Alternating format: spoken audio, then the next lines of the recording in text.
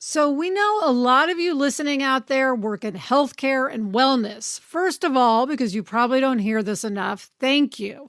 Thanks for always showing up and doing what you do. Second of all, if you don't already know about Figs, it is time. Figs makes super thoughtfully designed scrubs in high-quality, innovative materials that are antimicrobial and wrinkle resistant, but still super soft and breathable. They're also so cute. They're not those boxy, itchy, shapeless scrubs that were the norm for so long. Figs come in a huge range of flattering styles made for every body type. Figs are the scrubs, in other words.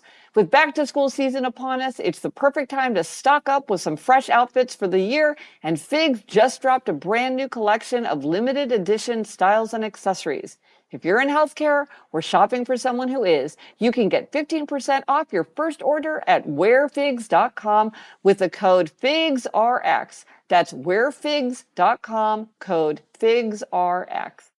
From fitness routines to mental resilience, navigating personal goals to tackling burnout, we all need a little help being human.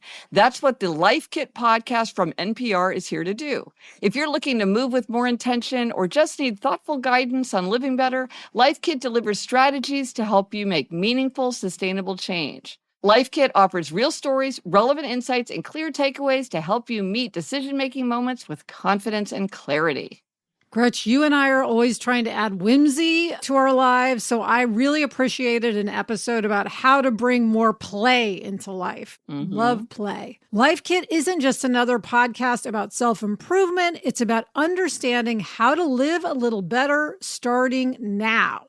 Get help tackling common issues like relationships, finances, parenting, and your career. Then walk away with a game plan you can implement right away.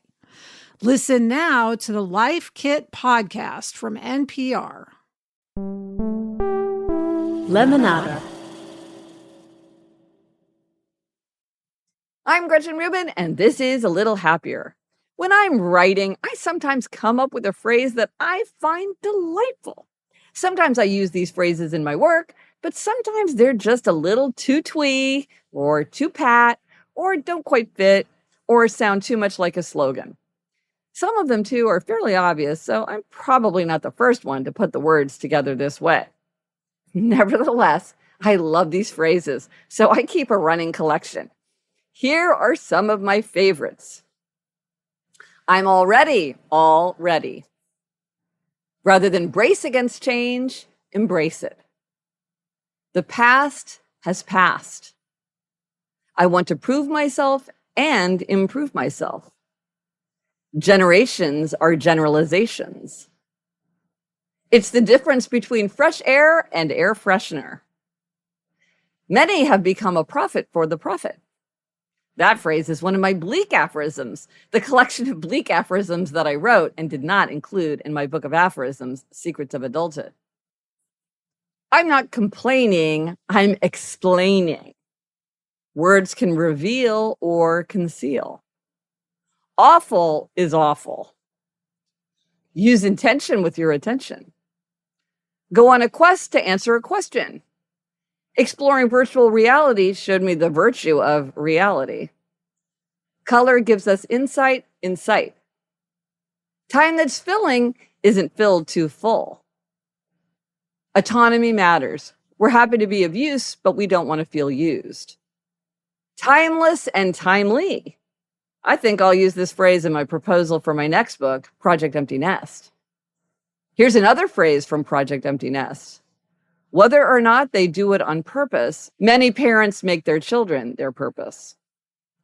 Whatever I put first will last. The trap of trappings. Celebrities have to deal with the paparazzi. Children have to deal with the paparazzi and the mamarazzi. When people unexpectedly leave their jobs, the reason often involves fun or funds. What's the opposite of careful?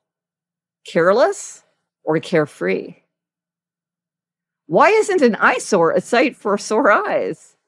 I wanted to include that in my book, Life in 5 Senses, but I refrained. Saying please is the polite way to make please. The land of the imagination is the unreal estate. To be admitted, offer cash or cachet. When it comes to clearing clutter, some people aren't disposed to disposal. Creating this kind of collection is the kind of task that makes me love my occupation of being a writer. For me, making this kind of list is the kind of thing I enjoy doing. I love making lists. In fact, when I don't have a list, I feel listless. I'm Gretchen Rubin, and I hope this makes your week a little happier.